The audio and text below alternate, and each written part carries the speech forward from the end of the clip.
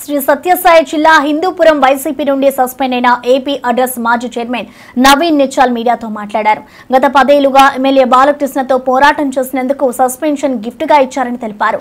వైఎస్ఆర్ జయంతి రోజు ముక్కలాట వ్యాఖ్యలపై సస్పెన్షన్ వేటు వేశారని, తనపై ఆరోపణలు చేశారని నిందించారు. పార్టీకి సానుభూతిపరుడిగా కొనసాగుతానని, లోకల్ బాడీ ఎలక్షన్ లో తన సత్తా చూపుతానని చెప్పారు. వైఎస్ రాజశేఖర రెడ్డి వీరాభిమాని అని, జగన్ పై విశ్వాసం ఉందని, సస్పెన్షన్ పునరాలోచనపై ఆశిస్తున్నారని తెలిపారు. 2029లో ఎమ్మెల్యే అభ్యర్థిగా పోటీలో ఉంటారని ప్రకటించారు.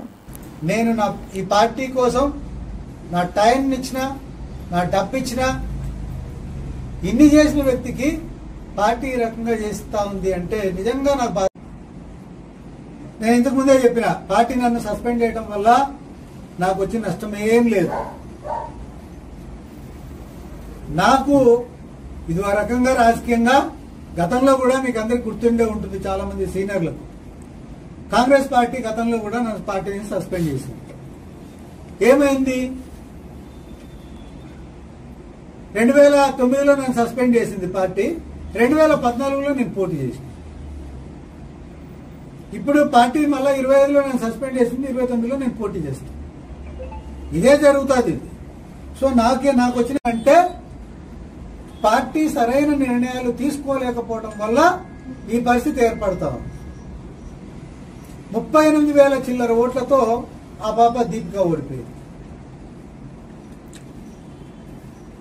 సో ఇవన్నీ కూడా బేరీ చేసుకోవాలి, ఇవన్నీ దీన్ని తగ్గట్టుగా ప్లాన్ వేసుకోవాలి, దాని తగ్గట్టుగా పార్టీని నిర్మాణం చేయాలి. 83 నుంచి హిందూపూర్ నియోజకవర్గంలో పార్టీ గెలవట్లేదని అనటంతో లాభాలు ఏముంటాయి? 14 నుంచి 14లో నాకు అవకాశం ఇచ్చినారు, 19లో అవకాశం ఇచ్చిందంటే 100% గెలిచిండేవాడిని. మరి పార్టీలు తప్పులు చేసి నా పైన అబండాలు వేసి నన్ను టార్గెట్ చేయడం ఇదే నాకు అసలు అర్థం కానటువంటి విషయంగా కనిపిస్తా.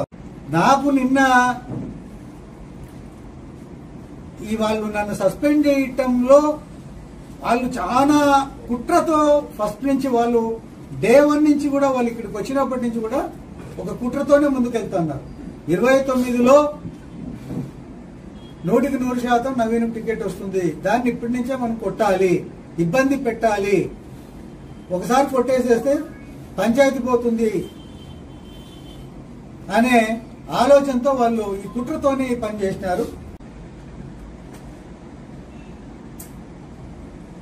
నేను అంతకన్నా పార్టీకి లాయల్టీ ఎట్లా నేను చూపించాలో నాకు అర్థం కాలే. పార్టీకి నేను ఇంకా ఎట్లా లాయల్టీని నేను ఎక్స్ప్రెస్ చేయాలనేది కూడా నాకు తెలియట్లా.